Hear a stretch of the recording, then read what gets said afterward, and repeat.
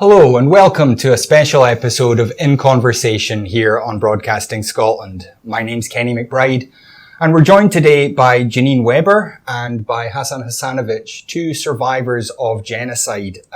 They're here today. It is of course Holocaust Remembrance Day this week and they're here to talk to us a bit about their experiences. So Janine, coming to you first. Now you were quite young when the war began. Tell us a bit about where you were and how you came to be aware of the threat that was coming for the Jewish people. Well, I was born in eastern Poland, and the war started in 1939. I was 7, but the Germans arrived in our town Lwów in 1941, and I was 9. My first experience of the persecution was when they were trying to catch my father and take him away. And my father jumped from our second floor balcony onto the first floor balcony and hid. That was my first experience of seeing the Nazis, the Gestapo, as we used to call them, the worst of the German police. And I remember people saying they were being sent somewhere to a camp, but I didn't know what type of camp it was. We were thrown out almost immediately from our flat. We had to take only very few possessions, and they were getting ready the ghetto. But before that, they wanted to take over our flat and all our belongings. So we were given a small room in the house, and my parents dug a hole under the wardrobe. And when we heard the Gestapo approaching, my mother and my brother and I, we hid in that hole. But my father and my grandmother, they hid in the loft, and the Gestapo found them, and they shot them. And they didn't find us. And we were continuously trying to hide somewhere in kennels. And then eventually we had to move into the ghetto. When my mother became very ill, the conditions were atrocious, and my mother caught typhus. And I stayed in the ghetto and for about 10 months, or maybe nearly a year, I'm not quite sure. But eventually, always hiding, always trying to escape being taken away. There was a concentration camp in Lwów called Janowska, and people from eastern Poland, quite often, they were sent to Sobibor, which was a death camp, which they would be immediately gassed. So I was very lucky. I managed to escape from the ghetto. Mm-hmm. And where did you go then? Then I was then just over 9. My uncle found Polish Catholic farmers to hide me, and my brother 7, he came with me, but the daughter of the family, about 20-year-old, betrayed us. She brought a German soldier, Gestapo or SS, as we used to call them. And the idea, she wanted us to be killed, but he somehow refused to kill me. And then they killed my brother, and they threw me out. And I managed to find, eventually, pretending that I was a Catholic. And eventually I found a Polish young man, a friend of my family, to hide us. And we were 14 Jews. We were hiding in a hole under the stables floor, where I stayed for about nearly a year, 10 months, I think my aunt told me. I'm not quite sure about the times, how long things went on. And the conditions were terrible. And eventually my auntie managed to get me some false papers. And we left, and I started traveling on my own, across Poland. And eventually I found a job working as a maid at 11 and a half, where I stayed. Of course, they didn't know I was Jewish. They sent me to church. And after the war, 6 months after the war, my auntie came. I had written to this Polish man called Edek, heroic man, who risked his life to hide 14 Jews. So she found me there because I have been traveling in Poland to find somewhere safe and to improve my conditions. And how many other people would you say that you knew as a child from your neighborhood? How many would you say escaped, and how many were captured or killed? Over 90% of them were killed or died of disease or hunger or gassed. 2% managed to survive by all sorts of means, hiding like I did, or false papers, which happened to me in the ghetto, being very, very careful, trying to sort of find hiding place in the ghetto. So about 2% managed to survive. Over 3 million Jews in Poland were killed. Over 90% of the Jewish population was killed, disappeared gassed, or most of the people were shot because they are speaking about concentration camps, which were terrible, but they started that first shooting people, like my father was shot, or putting people in ghettos where the conditions were terrible. There was no food, there was disease, hoping that little by little they will die. And that's what happened. There were bodies, corpses everywhere. They were hanging people, and they were forcing us to go and look at them to create terror. And they wanted to save bullets, so they were hoping they will die of disease, starvation. And eventually they set up camps, concentration camps with gas chambers, but not at the very beginning. No. And so you lost most of your family. Yes. Yes. I mean, how does an 11-year-old girl have the strength to cope with that? Well, I don't know. I am being asked how. I mean, I saw my mother. I think she was dead. I knew my father was shot, my grandmother, my brother, they killed by terrible means. I know they told me that I wasn't there to see my brother being killed, but I wasn't far. And I don't know how I managed to survive. I think my survival instinct was very strong, like everybody else's. We all have a strong survival instinct. I was lucky. Many times I could have been killed. I faced this German soldier or SS or Gestapo who came to kill me, and he didn't want to. He refused to kill me for some reason. I don't know why. I was sure he would shoot me. I was sure. He didn't. And all the time I was lucky because when I travel around, people didn't suspect that I was Jewish. They accepted me as a child, as a little girl, as I suppose I was smiling, trying to be polite and happy. Never allowed myself to cry. Never. And they never suspected that I was Jewish. So I think it's a question of luck. I'm not, people say, oh, you must be very strong. No, I was lucky. It just happened that I survived, and most of my family didn't. Yeah. And you mentioned as well some of the non-Jewish people who helped you.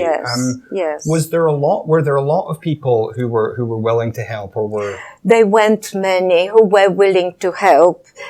There were many who betrayed the Jews because they would be paid for each Jew. And I think this young woman who brought in a German soldier to kill us, she most likely was given money to do that. And, but a lot of them unfortunately betrayed the Jews, but quite a few helped. And one good example is this Polish young man who was 19 in 43, he was 19, a young Polish man, Edek. Mm-hmm. He's celebrated now in Israel. Mm-hmm. He was heroic. For no reason, there was no money.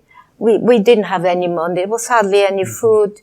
And he helped. And so there were a few people who were prepared to risk their life to help. But unfortunately, the majority didn't stand up to it, was not helpful enough. And when the war was over, I believe you reunited with your aunt. Yes, and yes. Where did you end up after that? Well, I end up, my aunt put me in a children's home for Jewish children who survived hiding or false papers. But and after the war, although the Germans have gone, the Poles were very anti-Semitic. Mm-hmm. And they killed quite a few Jews who tried to get back to the houses or flats. And I was in a sort of orphanage, and they were in Zakopane. It's a well-known winter resort. And the local people, knowing that there were Jewish children, they were throwing stones at us, another house. So the people in charge decided to leave illegally. And they got some false papers, and one night we left. We took a bus and we left. We went to France. And my aunt was with me, and she put me in a children's home for French Jewish children. And my education started there, because during the war I didn't go to school, of course, and I went to school, and very, very quickly I spoke French. Within 2 months I could speak French.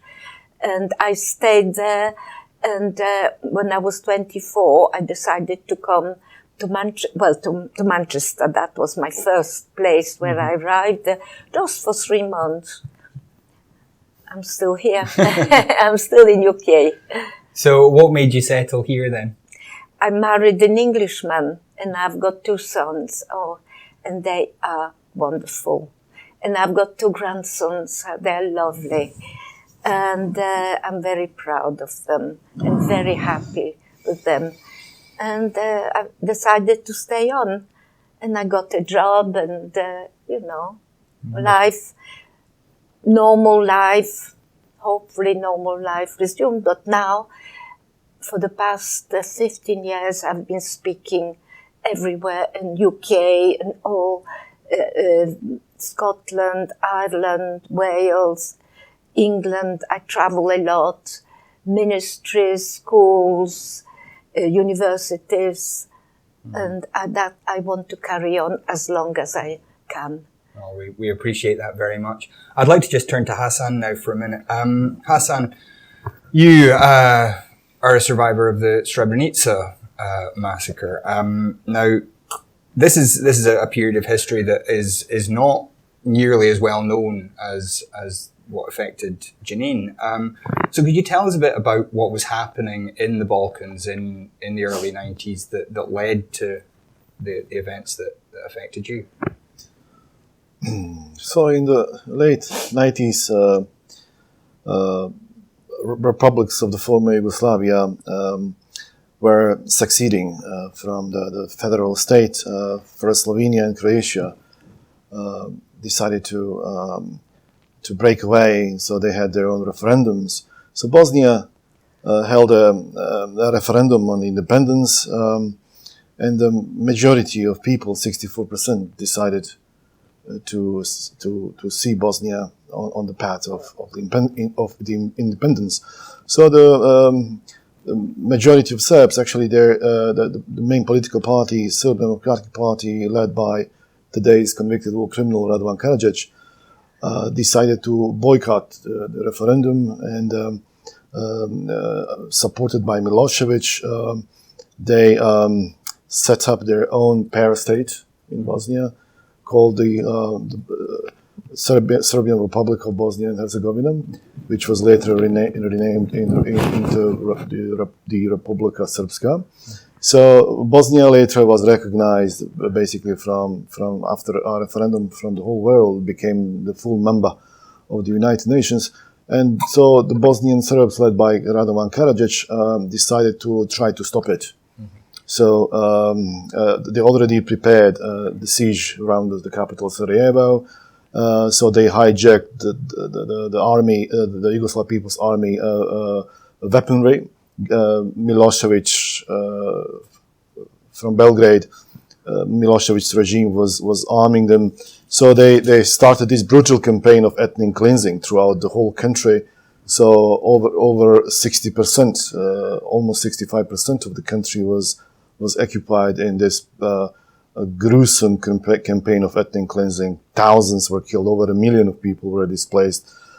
In Western Bosnia, gruesome concentration camps were set up, like Ternopolje, Omarska, Prijedor, Karaterm, camps resembling concentration camps from the Second World War.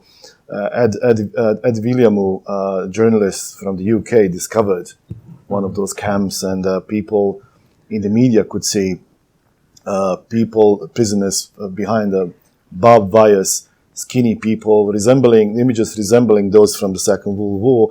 And yet again, it was happening on the European soil. So the same thing happened in eastern Bosnia, where I come from. It was occupied within a few months. Over 100,000 people were driven away from their homes. Over 10,000 of them were killed just in a couple of months. And what was left there in eastern Bosnia were actually 3 islands, Srebrenica, Žepa, and Gorazde, where some sort of resistance happened by the Bosniaks, not for a long time. And in April 1993, these 3 islands were designated, proclaimed as safe areas, safe UN havens by the UN Security Council. So I spent about 4 years with my family under the siege in Srebrenica, lived without food. We were starving. There was nothing there.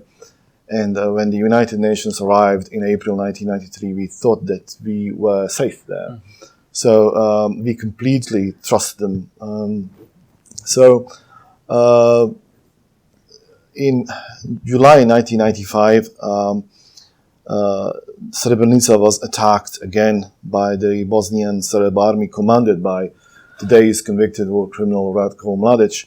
And while the United Nations stood by, and the rest of the international community stood by and didn't do anything to protect it. So when the town fell, my mother, younger brother, grandparents, they went to Potocari, which is not far from Srebrenica, where the main Dutch UN base was, hoping to be protected there. I, my twin brother, and my father, my uncle, we decided to run through the forest in this track known as the Death March. I walked 6 days, 6 nights. I was actually running for my life. I was being hunted. And I'm the only one who survived the Death March. My father, twin brother, and my uncle were killed, captured, killed, thrown in mass graves, buried in mass graves, reburied again, and buried in, we call them secondary mass graves. And later they were found, identified through the DNA, and I buried them both. I buried my father in 2003 and buried my twin brother in 2005. So when I survived genocide on July 16th, 1995, I could not believe what I survived, because so many men and boys were killed right in front of my face. I was hungry, I was thirsty, I was very, very scared. I was not prepared for such a thing, because I believe there is no human being which could be ever prepared for something like genocide. And not much later, I went back to school. Years passed, and I returned to Srebrenica to work for Srebrenica Genocide Memorial. So it's been 11 years since I've been there, trying to educate people about the genocide. And as a survivor, I'm trying to have an impact on the visitors, especially young people. I've been traveling the world past 7 years, trying to educate people all around the world, hoping that it will never ever happen again, because in Bosnia we still face the issues of revisionism, where the genocide and the war is being denied, historical facts being distorted. So especially in an autonomy called the Republic of Srpska, children, they are taught totally different narrative based on distorted historical facts. They teach them that war criminals are heroes, and they say that genocide never happened.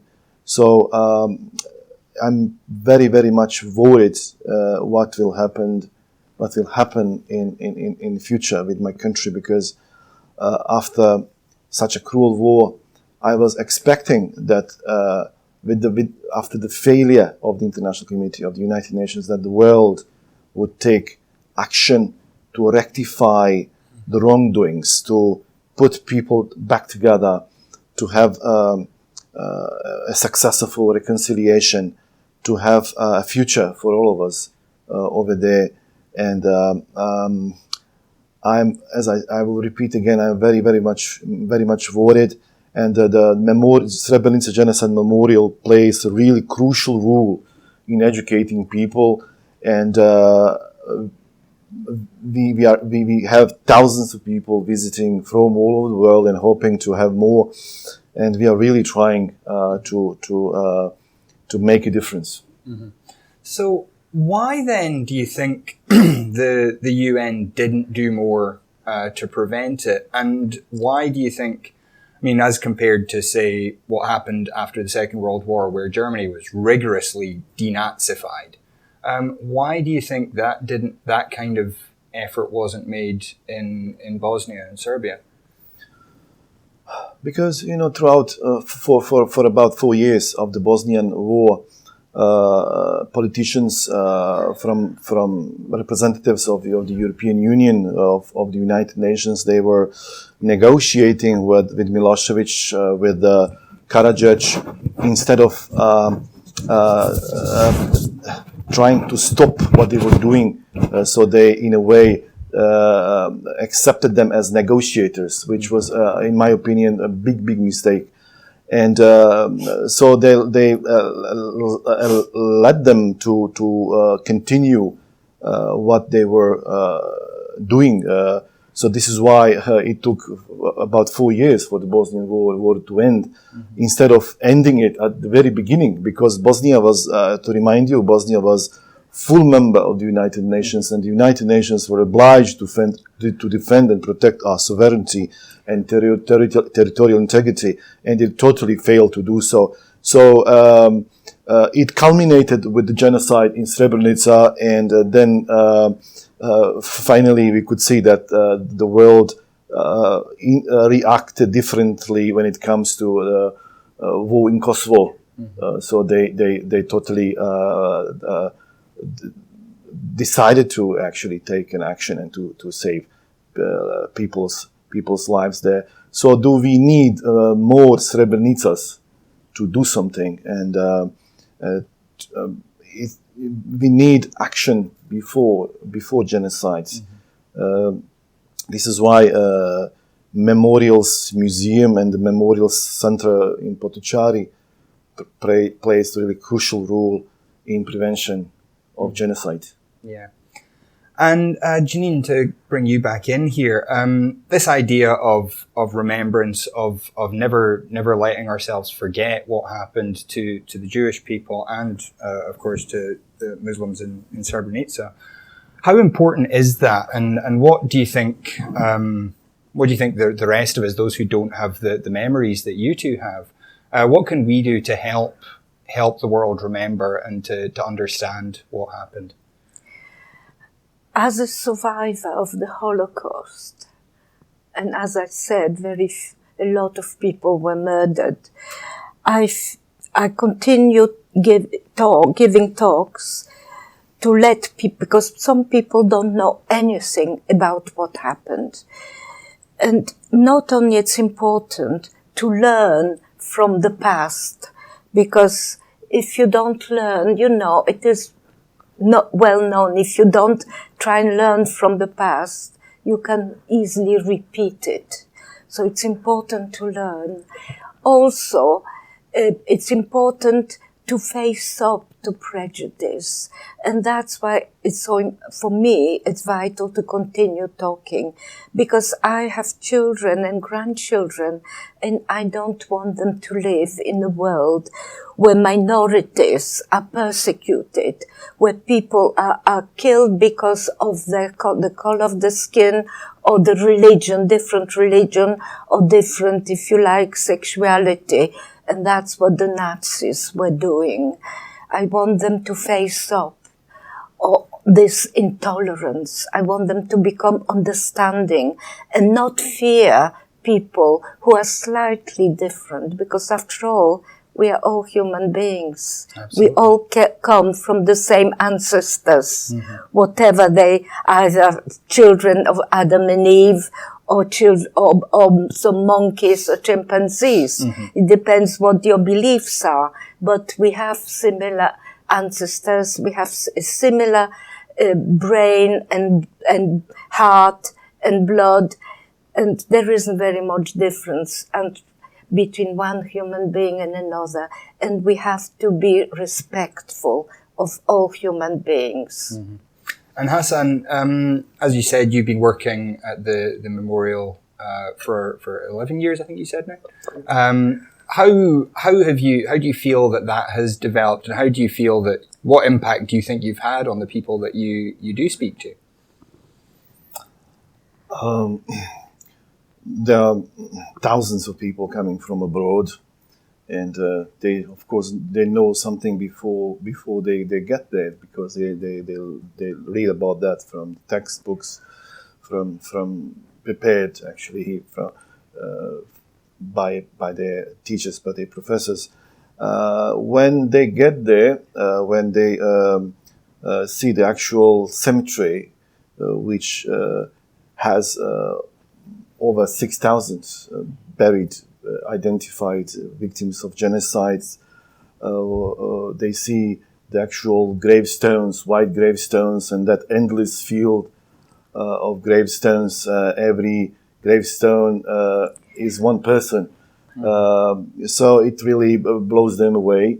And of course, when they hear the story of the genocide, and when they talk to me, when they talk to other survivors back there, it really has a big impact on those young people, and they get back to their countries, and they want to do something. They want to engage more, and it's actually, in my opinion, what I've learned, a life-changing experience, because they usually come from well-organized countries where they comparing to Bosnia, they live very comfortable lives, and then from the lessons of Srebrenica, they can really improve their own lives back here and be more appreciative of what they have, and also engage in schools, engage in universities to tackle and defend, advocate for human rights, and that's what we actually need. Mm-hmm. Now you're in Scotland for a couple of weeks to talk about this. Who is it that you're talking to, and how has the reaction been to you since you've been here? So first, we spoke in the Parliament the other night, marking the 75th anniversary since the liberation of Auschwitz, and the 25th anniversary of Srebrenica Genocide. And then in Edinburgh, we spoke in 2 schools, really wonderful events. Children were very much engaged, and that after hearing our stories, you could tell, by looking at their faces, how they really were very, very much impressed with the whole thing. Then today we also spoke in another place for children. So we still have a number of places to go and speak, and eventually on Monday I will go here in Glasgow to a prison to speak for the prisoners. So that is a unique experience for me, and the first time that I will speak in a prison, and I'm really looking forward to that new experience. Mm-hmm. And Janine, how you've been talking about this for many years. Yes. How do you feel people are responding to you on this particular visit to Scotland? Well, everywhere people welcome me, whether it's grown-ups, whether it's children. They listen very carefully. I receive letters from people, from children, and they tell me how impressed they were by what I said, which is very nice. And I think the response is very good. But I fear, however, that maybe once I'm gone, that once the survivors are dead, and we are all the Holocaust survivors are now very old, that maybe it might be forgotten. And I think it mustn't be forgotten. Excuse me. Yeah. Well, I mean, certainly we will do all we can not to forget. To both of you then, just as we kind of come to the end here, we've heard a lot in recent years about the rise of anti-Semitism and Islamophobia across Europe and across other parts of the world. Why do you think that's happening, and what can we do, what should we do to try and stop it? It makes me so sad to know that, there's a rise, for instance, in anti-Semitism everywhere. And UK, all the different countries in UK have always been very tolerant. It's one of the most tolerant countries in the world. However, there is rise in anti-Semitism. And I don't know whether it's because of the difficulties of the times, of the changes. I'm very worried. And that's why I continue to speak. Mm-hmm. I'm very fearful of the extremist parties, very fearful. Yeah. And Hasan, the same question to you. What do you think is causing this rise in kind of extremism and anti-Semitism, anti-Islamic sentiment? We've learned that the history is a teacher of life, but it looks like that it's being repeated. So all over the world, we can see that that the right-wing movements are on the rise, and that also media really plays really interesting role here in portraying a picture of Muslims in a really pretty unacceptable way, and hoping that as we speak in schools, as I speak also at the universities, that people will break their prejudice, and more people travel, more people get to know the culture of Muslims, for instance. They will change their opinions, and politicians play a really important role in this sense to make sure that the messages being sent out from them and through media are really very important, and how people will, because people respond to what is being said on the television, and not many people are lucky to travel the world and to personally to get to know Muslims. So once Jews were being prosecuted during the Second World War, and we now witness what is the result. Over 8 million people were killed. So we should never ever again allow that anybody in future is being prosecuted. And this is why that propaganda against Muslims, Islamophobia, is really, really dangerous. We need, as we tackle the issues of other issues, the issue of Islamophobia needs to be tackled everywhere, in schools, by the government. It's very important. Well, I'd like to thank both of you for joining us. I wish we had more time to talk, because I'm sure there's a lot more both of you could say that would be vital for all of us to hear. I know that both of your stories can be found online. There are interviews with you on YouTube, and all sorts of people are interested in hearing more. But for now, I'd just like to say a huge thank you to Janine Webber and to Hasan Hasanović. I've been Kenny McBride. This has been In Conversation. Thanks for joining us.